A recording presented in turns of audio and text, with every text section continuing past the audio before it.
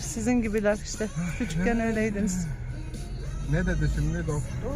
Dedi ki anan ölecek. Saçma saçma konuşma. Yakındır, annen ölecek. Senin oğlun hala dıstı çalıyor. Rahat. Ne? İstediğimi çalarım. Seviyor musun beni? Beni gerçekten seviyor musun oğlum? Ya sevmesem Ama sesini şey niye yapar mıyım? yükseltiyorsun? Ben dediğin lafa sinirleniyorum. Ama niye? Dediğin lafa sinirleniyorum. Bak şimdi benim sinirimi Güzel, bozma.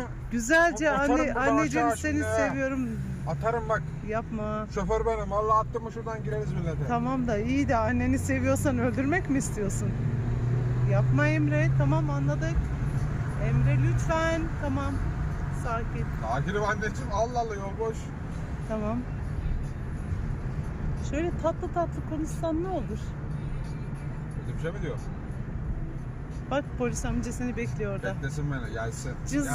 Hemen.